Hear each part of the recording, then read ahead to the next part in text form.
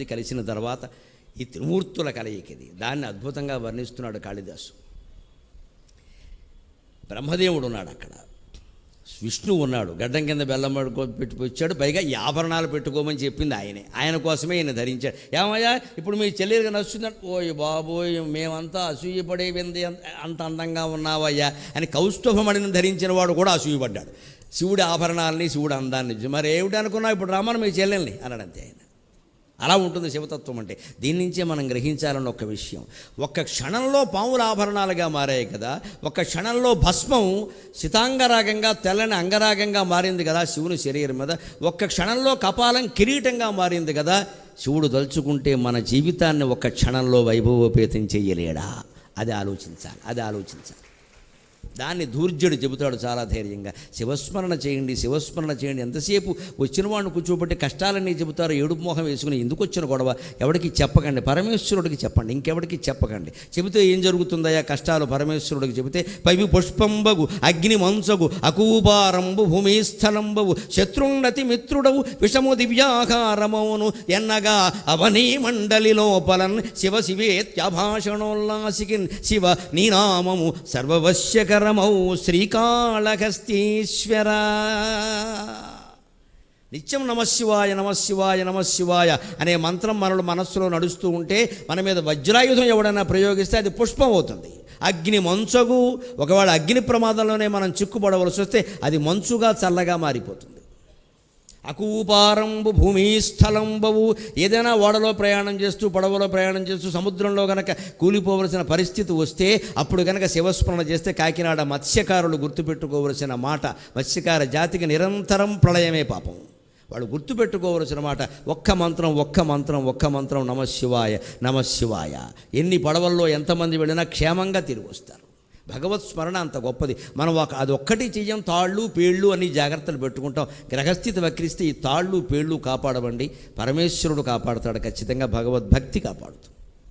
అది మనం దృష్టిలో పెట్టుకోవాలి. అందుకని అకూపారంబు భూమిస్థలంబవు, ఈ చేపల వేటకి వెళ్ళేవాడు ఆ స్మరణ చేస్తే అతని కోసం ఒక భూమి ఏర్పడుతుంది, ఒక ద్వీపం ఏర్పడుతుంది. ఏదో దగ్గరికి వస్తుంది, ఏదో దొరికింది అంటాడు, ఎవరిదో చేయి దొరుకుతుంది వచ్చేస్తాడు, అతను కాపాడుతాడు. మిగిలిన వాళ్ళని కాపాడకపోవచ్చు, స్మరించలేదు కాబట్టి. అది దేవుణ్ణి అనద్దు. అందరినీ కాపాడడానికి ఏమీ కంకణం కట్టు కూర్చోలేదు ఇక్కడ. బోటు ప్రమాదాలను అగ్ని ప్రమాదాలని కాపాడుతానని దేవుడు చెప్పాల. ప్రార్థించిన వాడిని కాపాడుతాడు, వాడు ఒక్కడైనా బయటపడేస్తాడు.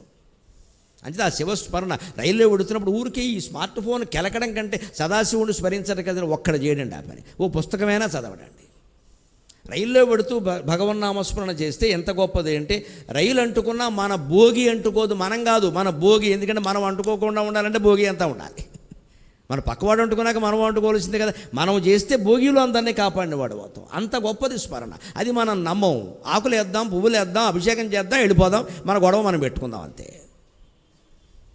ఈ ప్రక్రియల ద్వారా, కర్మకాండల ద్వారా, లంచాల ద్వారా భగవంతుడు లొంగ తీసుకుందామని ప్రయత్నం చేయొద్దండి.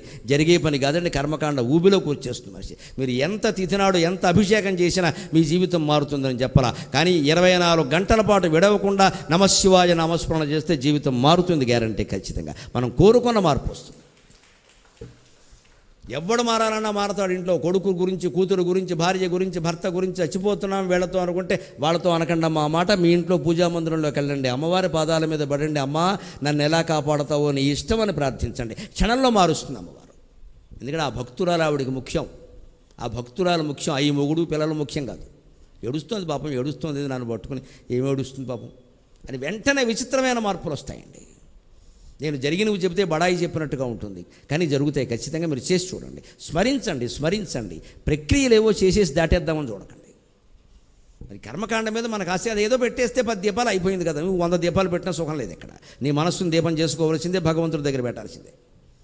అర్పణ సమర్పణ శరణాగతి అంటారు దీన్ని. అది అలవాటు చేసుకోవాలి. అదే చెబుతున్నాడు ధూర్జటి. విషము దివ్యాకారము. ఎవరైనా మన మీద విషప్రయోగం చేశారు, అది మనకి భీముడికి రసాయనం పనిచేసినట్టుగా మనకి పనిచేసి బలం అవుతుంది. అది ఏం చేయదమ్మా. నన్ను కాపాడుతున్నది అదే. మీరు బడాయి అనుకోకండి. ఇన్ని చోట్ల తిరుగుతున్నావు, ఎన్నో హోటళ్ళలో తింటున్నావు, ఎవరింట్లోనో తింటున్నావు, రకరకాల విహారాలు చేస్తున్నావమ్మా. భగవంతుడు దేవాలయం ఇంతవరకు బీపీ లేదు, షుగర్ లేదు, జ్వరం కూడా నాకు రాదు. ఎప్పుడైనా వస్తే జలుబు, దగ్గే, నీళ్లు మార్పు కారణంగా, అది కూడా 4 రోజులు మించి ఉండదు. కారణం నేను బడాయికి పోయి చెప్పడంలా దయచేసి నమ్మండి. నమశివాయ నమశివాయ నమశివాయ. నిరంతరం వేదికి దిగిందంటే మనస్సు అక్కడికి వెళ్ళిపోదు. ఎవరు దండం పెట్టినా ఎవరు చూడండి చూడకపోయి మనస్సు నమస్తే. ఇప్పటికే 2 గంటలు మాట్లాడడం, ఇక శివుని పట్టుకోవాలి అంతే లెక్క. వెళ్ళిపోతూ నమశివాయ, స్నానం చేస్తూ అంతే, అన్నం తింటూ అంతే. అది ఖచ్చితంగా కాపాడుతుంది.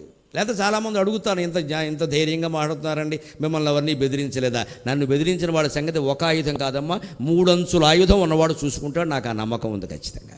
ఇంతవరకు ఎవడు ఆ సాహసానికి పూనుకుంటే మిగలడు. ఆ ధైర్యం ఉండబట్టే చెబుతున్నా మొహమాట లేకుండా, సత్యం అంతే లెక్క.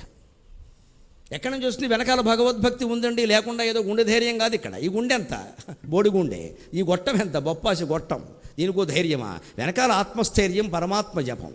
ఆ జపం కాపాడుతున్నాడు ఖచ్చితంగా, అంత గొప్పది. కాబట్టి ఇక్కడ దాని గురించి అలా ఒక్కసారి మార్చగలిగాడు. ఆయన ఆభరణాలు మార్చుకోవడం కదా మన జీవితాన్ని కూడా క్షణాల్లో మారిపోతుంది. ఇదేమిటి ఇంతవరకు ఉండేవాడు ఇలా అయిపోయాడు అనుకుంటాం, ఒక్కసారిగా మారతాడు ఖచ్చితంగా. శివుడు ఆ మనస్సులో ప్రవేశిస్తాడు. అంతటా వ్యాపించిన వాడు భగవంతుడు ఒక్కడే కానీ మనం కాదు కదండి. కొడుకు మనస్సులోనో, కూతురు మనస్సులోనో, భార్య మనస్సులోనో, లేదా మన శత్రువుల మనస్సులో ఎక్కడ ప్రవేశించాలో అక్కడ ఆయన ప్రవేశించి ఖచ్చితంగా వాళ్ళని మనకు అనుకూలం చేసేస్తారు. కాళ్ళ మీద పడాల్సిందే. నీదైన చిత్తశుద్ధికి పాదాక్రాంతం బగును ప్రపంచం వెళ్ళ. భక్తి అంత గొప్పది, జ్ఞానం అంత గొప్పది, వైరాగ్యం అంత గొప్పది. ఇప్పుడు ఒక్క మాట చెప్పుకుని మనం సెలవు తీసుకుందాం. ముగ్గురు ఇక్కడ చేరేసరికి ఒక్కసారి అనుకున్నట్టు ఏకైవ మూర్తిర్బిభిధే త్రిధాస. బ్రహ్మ విష్ణు మహేశ్వరుని ముగ్గురు చూశారట. చూసిన వాళ్ళందరూ ఆ రోజుల్లో అనుకున్నట్టు వెంటనే అక్కడ వచ్చిన వాళ్ళ దేవతలు, ఇతరత్రా వచ్చిన వాళ్ళందరూ వచ్చారు కదా, వాళ్ళందరూ అనుకున్నారట. ఇక్కడే ఒక ఆశ్చర్యకరమైన విషయం చెప్పాలి. బ్రహ్మ విష్ణువు వాళ్ళు వచ్చిన కళ్యాణానికి మామూలు వాళ్ళు కాదండి. భూమండలంలో ఉండే సమస్త చరాచర జీవరాశులు గిరిజా కళ్యాణం చూడడానికి వచ్చాడు. అప్పుడేం జరిగింది ఆశ్చర్యకరంగా? స్కాంద పురాణంలో ఉంటుంది ఆ విషయం, తెలుగు కావ్యాల్లో కూడా ప్రస్తావించారు. భూమండలం మొత్తం ఉత్తరం వైపుకు ఒరిగిపోయింది, దక్షిణం వైపు పైకి లేచి.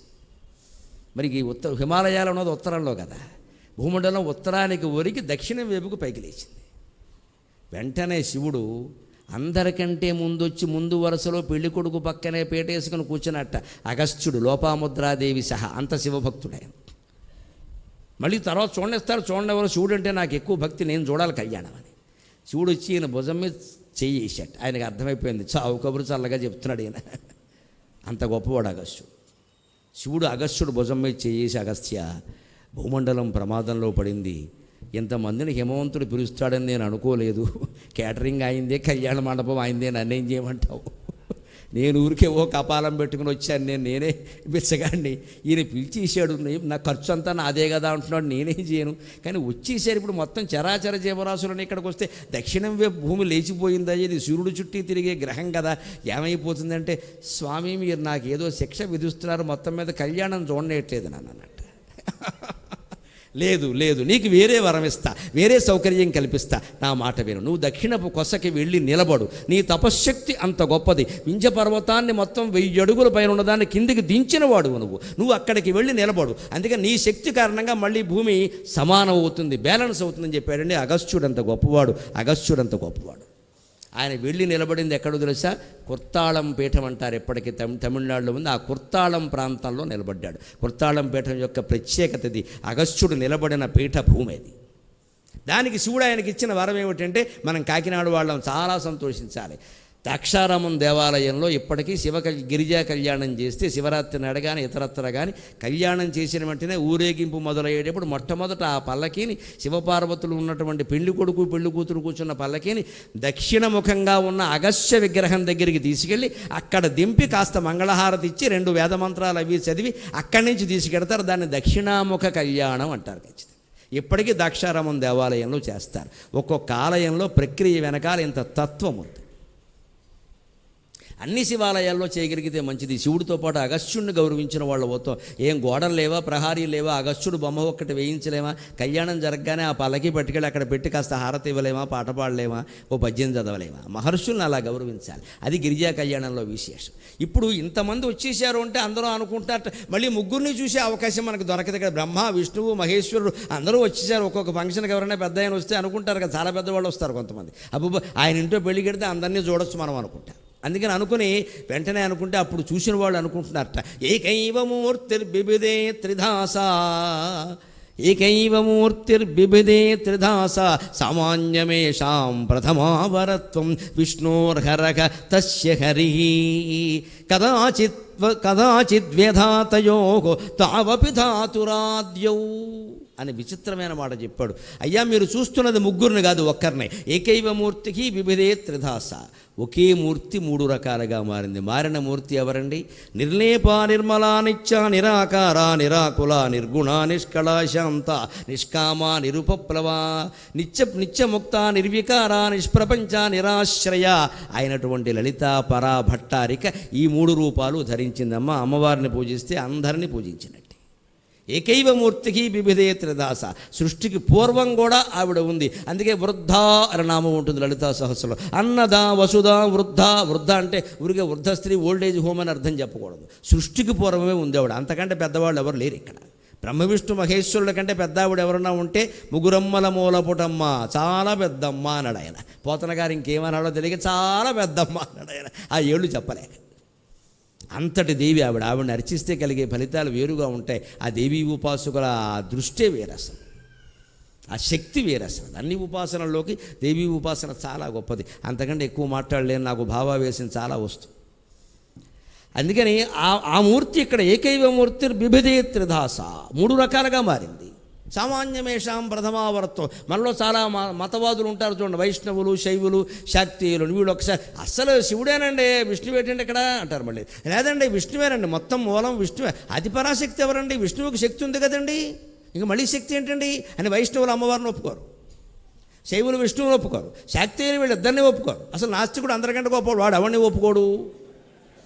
వీళ్ళకంటే గొప్ప మతం వాడిది, మొత్తం తీసేయమంటాడు. ఈ పిచ్చి ఎక్కడి నుంచి బయలుదేరింది? దాని పిచ్చికి సమాధానం చెప్పాడు కాళిదాసు 2500 ఏళ్ల కదా. అంటే అప్పటి నుంచి ఉంది ఇది. ఏకైవ మూర్తి బిభిదే త్రిధాస. మీరు కొట్టుకు చావకండి అనవసరంగా. ఒకే మూర్తి మూడుగా మారింది. అంతేకాదు సామాన్యమేషాం ప్రథమావరత్వం. ఓసారి ఒకళ్ళు ఎక్కువ అవ్వడం, రెండో వాళ్ళు తక్కువ అవ్వడం ఎప్పుడూ జరుగుతుంది. అది అందులో వాళ్ళకేం అహంకారాలు లేవు. మీరెందుకు ఊరికే కొట్టుకుంటున్నారు అని ఇంకా ఉదాహరణ చెప్పాడు. విష్ణువరహరక. మీరు పురాణ కథలు చదివితే ఒక్కసారి విష్ణువు కంటే హరక శివుడు గొప్పవాడు, తెలివైనవాడు, జ్ఞానవంతుడు అనిపిస్తాడు. విష్ణువు అజ్ఞానంలో పడితే శివుడు బయట పడేశాడు, కథ ఉంది. తస్య హరికి. ఒక్కోసారి శివుడే వ్యామోహంలో పడితే విష్ణువు బయట పడేశాడు. కదాచిద్వేధాతయోకు. ఒక్కోసారి వీళ్ళిద్దరూ పడితే బ్రహ్మదేవుడు పడేశాడు, బయట పడేశాడు. అజ్ఞానం నుంచి జ్ఞానంలో పడేశాడు. అంతేకాదు తావపి ధాతురాద్యో. ఒక్కోసారి బ్రహ్మదేవుడు అజ్ఞానంలో పడితే వీళ్ళిద్దరూ ఆయన అజ్ఞానంలోంచి బయటికి రాగారు. పురాణ కథలు అన్నీ చదువుకుని మాట్లాడండి. ఒక్కటేదో చదివి అక్కడి నుంచి ఆయన గొప్పవాడు, ఈయన పరివార దేవతలు అన్నావు. ఎవరు పరివార దేవతలు అంటూ ఎవరు ఉండరండి. అంతా దైవం ఒక్కటే. అసలు ఈయన పెద్దవాడు, ఈయన పరివారం ఎవరు చెబుతారు? ఈ పరివారాలు ఎవరిని పరివారంలో గెంటేస్తారు మీరు? ఆ మాటకు వస్తే మనిషే దేవుడు అని చెబుతుంటే, హిందూ మతంలో ఇంతమంది దేవతలను ఆరాధించడంలో ఉద్దేశం ఏమిటంటే, ఒక 100 విగ్రహాలను ఆరాధించిన తర్వాతైనా అర్థం కాదమ్మా మనిషికి, ఈ ఆరాధించేవాడు కూడా అటువంటి విగ్రహమే, వాడు ఆ స్వరూపమే అని. అది తత్వమసి, అది అహం బ్రహ్మాస్మి. అందుకే వివేకానందుడు స్పష్టంగా చెప్పాడు, 20 ఏళ్లవాడు గుళ్ళోకి వెళ్ళకపోతే తప్పు, 60 ఏళ్లవాడు వెడితే తప్పు అన్నాడు. ఆలోచించండి. ఏదో ఘోరం నేరమని కాదు. 60 ఏళ్ళు వచ్చేసరికి గుళ్ళో ఉన్నది, గుండెల్లో ఉన్నది ఒక్కటే అని అర్థం కావాలి. లేకపోతే 60 జన్మలు ఎత్తినా అర్థం కాదు అది. ఇంకా మనం ఈయన గొప్పవాడ అన్నీ చూశాను కానీ ఇంకో క్షేత్రం చూడాల, కొంపలేం అంటుకోలేదు. ఎన్ని చూసినా ఒకటే, ఇంకా మన బుద్ధి ఏది కావాల్సింది. అందుకని ఒక్కోసారి ఆయన గొప్పవాడవుతాడు, ఒక్కోసారి ఈయన గొప్ప. మీకు శివరాత్రి కథలో చూడండి, ఇద్దరు బ్రహ్మ విష్ణువుల అజ్ఞానంలో పడ్డారు, శివుడు బయటపడేశాడు. జగన్మోహిని కథలో చూడండి, శివుడు వ్యామోహంలో పడ్డాడు, విష్ణువు బయటపడేశాడు. భాగవతంలో చూడండి, బ్రహ్మదేవుడు అజ్ఞానంలో పడ్డాడు, శ్రీకృష్ణుడు బయటపడేశాడు. ఎవరు అజ్ఞానం అంటారు, ఎవరు జ్ఞానం అంటారు? ఎవరు శరీర స్పృహతో మాట్లాడతారో వారు అజ్ఞానంలో ఉన్నట్టు. లేక బ్రహ్మ విష్ణువు శివుడు కూడా శరీర స్పృహ చెందారు అంటే అహంకారం వచ్చేస్తుంది వెంటనే. అందుకే పురాణ కథలు అలా ఉంటాయి. దేవుళ్ళలోకి పోయాడు అనుకోకూడదు, శరీరం భేదం అది. అందుకని అందరూ కూడా చాలా ఆనందించారట. ఇప్పుడు చివరిగా ఆ కళ్యాణ ఘట్టంలో పాణిగ్రహణం అనేటువంటి మాట చెప్పుకొని మనం సెలవు తీసుకుందాం.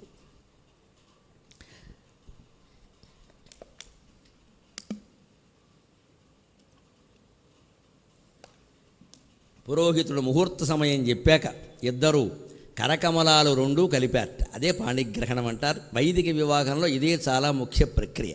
అందుకే కాళిదాసు గిరిజా కళ్యాణంలో ఎక్కడ మనం అనుకునే మంగళసూత్రాలు, తలంబ్రాల ఘట్టాలు వర్ణించలేదు. అక్కడ సంప్రదాయాల్లో అవి లేవు. తర్వాత మనకు వచ్చే మన సంప్రదాయమే మనం పాటించాలి, అందులో సందేహం వల్ల ఏది మానేక్కల. అది కానీ ఈ గొప్పతనం అసలు మూలమంతా ఈ పాణిగ్రహణంలోనే ఉంది ఖచ్చితంగా. ప్రయుక్త పాణిగ్రహణం యదన్యతు వధూవరం పుష్యతి కాంతిమగ్ర్యాం. ప్రయుక్త పాణిగ్రహణం యదన్యతు వధూవరం పుష్యతి కాంతిమగ్ర్యాం. సన్నిధానస్య తయోస్తదానీం తత్సన్నిధానస్య తయోస్తదానీం కిం కథ్యతే శ్రీః ఉభయస్య తస్య. కాళిదాసు ఇక్కడ ఖచ్చితంగా లౌకిక వివాహాల స్పృహలో పడ్డాడు కాస్త. ఎందుకంటే ఆ కాళిదాసు కాలం నాటికే వివాహాలు ఎక్కడ జరిగినా వృద్ధ దంపతులు ఎవరైనా వస్తే పార్వతీ పరమేశ్వరులు అండి ముందు తాంబూలాల్లో ముందు తాంబూలం వాళ్ళకి ఇవ్వండి అంటారు. వయస్సులో ఎవరు పెద్దవాళ్ళకైతే వాళ్ళకి తాంబూలాలు ఇవ్వాలి. అక్కడ మళ్ళీ ఆడ మగ పెళ్లివారు కొట్టేసుకోకూడదు, మావాడు మావాడేది. ముఖ్యంగా మాలాంటి ప్రముఖులు ఎవరైనా వచ్చేగానే ముందు గరిగిపేట వారికి ఇచ్చేయండి తాంబూలం అనకూడదమ్మా.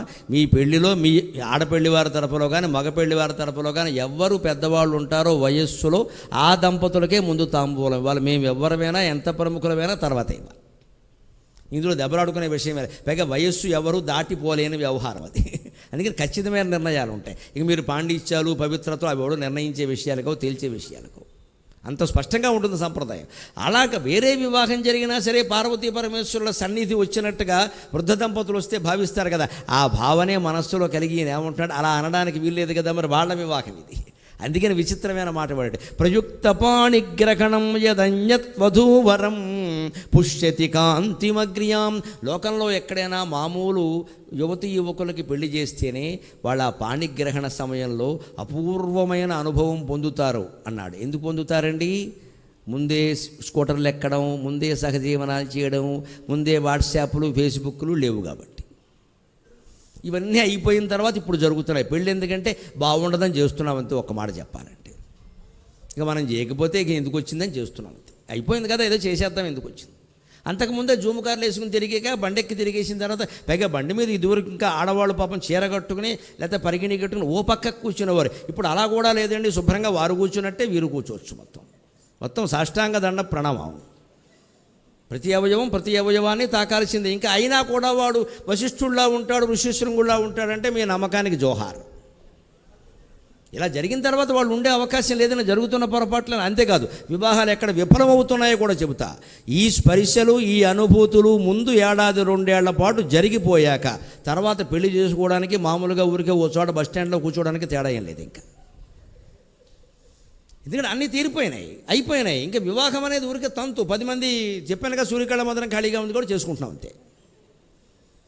అనుభూతి లేదు ఇక్కడ మనిషికి. ఇది పార్వతి వివాహంలో కానీ మొన్నటి వరకు జరిగిన మా వివాహం సహా మీ అందరి వివాహాలు పెద్దవాళ్ళు జరిగిన గుర్తు చేసుకోండి. ఆ తొలిసారి ఆ అమ్మాయి చెయ్యేలా పట్టుకున్నప్పుడు మనకేమో అనిపించిందా లేదా? అనిపించకపోతే వాడు మనిషి ఉండడు. ఆ తొలిచూపు కోసం తొలిస్పర్శ కోసం ఎదురు చూడాలా వద్దా? శ్రావణ మాసంలో అమ్మాయికి శనగలు పెడతారు. పచ్చి శనగలు తినాలి, అమ్మాయిలు తినాలి ఖచ్చితంగా. కన్యలుగా ఉన్నవాళ్ళు తినాలి. దానివల్ల చాలా శారీరక ప్రయోజనాలు ఉన్నాయి, అది వేరే అంశం, అది తినాలి. ఆ శనగలు ముందు ఇంటికి వెళ్ళే వరకు అక్కడే తినేస్తారు కొంతమంది. పెద్ద తినేస్తున్నా ఎక్కడ కూర్చొని పనే లేదు, ఇంటికి వెళ్ళి అన్నాడు. పచ్చి శనగలు తినాలి. సాతాళింపులు, వ్యవహారాలు, ఓవర్ యాక్షన్లు పచ్చివే తినాలి. అవి ఇన్నే పెడతారు, తినాలి. అవి మూట కట్టుకుని పట్టుకెడతారు సరిగ్గా. వరుని కోసం వాంఛలు కూడా శ్రావణ మాసంలో శనగలు మూట కట్టి దాచుకోవాలమ్మా. అప్పుడు కాపరాలు చాలా బాగుంటాయి ఖచ్చితంగా. నేను ఏదనుకుంటే చెప్పేయడం అలవాటు. నా ఫీలింగ్స్ అన్నీ ఫేస్బుక్లో పెట్టేస్తా. దెబ్బైపోతావు, దెబ్బరొట్టు అయిపోతావు. ఫీలింగ్స్ అన్నీ ఫేస్బుక్లో పెడతావా? 10 మంది తగులుకుంటారు అక్కడికి వచ్చి. నా ఫీలింగ్స్ పెడతాను కానీ వారిని అందరినీ అలా అనమని నేను అలా పెట్టాక అంటారు. నువ్వు ఎందుకు పెట్టావు అసలు? ఇవాళ ఇది ఒకటి బాగా తయారై నాకు ఏం తోస్తే చెప్పేస్తా, నాకు ఏం తోస్తే అది ఫోటోలు పెట్టేస్తా. ఇన్స్టాగ్రామ్ అని ఒకటి వచ్చింది, ఇక్కడ మొత్తం అన్నీ పెట్టేయడం అందులో. ఎక్కడ దిగితే అక్కడ ఫోటోలన్నీ పెట్టేసాక ఎవడో దాని మీద ఏం చేయడా? ఇంకా ఏం ఊరుకుంటాడా? ఆ ఫోటో దగ్గర పెట్టుకుని సత్యనారాయణ వ్రతం చేసుకుంటాడా వాడు? చేస్తున్న పనులు ఎలా ఉన్నాయి, జరుగుతున్న కార్యాలు ఇవి మొత్తం హత్యాచారాలకు వెళ్ళిపోతున్నాయి చివరికి.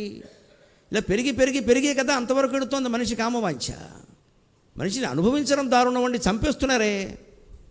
అంతవరకు వెళ్ళిపోవాలి. మానభంగాలు మా చిన్నతనంలో కూడా జరిగాయి, చంపడం ఎప్పుడూ లేదండి. ఇప్పుడు అంతవరకు వెళ్ళిపోయింది పరిస్థితి. ఎందుకంటే విపరీతం అయిపోతుంది ఇది. అందరూ జాగ్రత్తగా ఉండవలసిందే. అందుకే అక్కడ అమ్మవారు చెయ్యేలా పట్టుకోగానే మామూలు వధూవరులకే పులకింతలు వస్తాయి కదా, పార్వతీదేవికి పులకింత వచ్చిందని నేను వేరే చెప్పాలా అని తత్సన్నిధానస్య తయోస్తదాని. ఇక్కడ కాళిదాసు గౌరీశంకరుల పట్ల తన గౌరవాన్ని దాచుకోలేకపోయాడు. ఏ గౌరీశంకరుల యొక్క విగ్రహమాత్రమైన సన్నిధి కూడా వివాహాలను పరమ పవిత్రం చేస్తుందో ఆ గౌరీశంకరుల వివాహం గురించి నన్ను ఏం చెప్పమంటారు? కిం కథ్యతే శ్రీ ఉభయస్య తస్య. ఆ గౌరీశంకరుడికి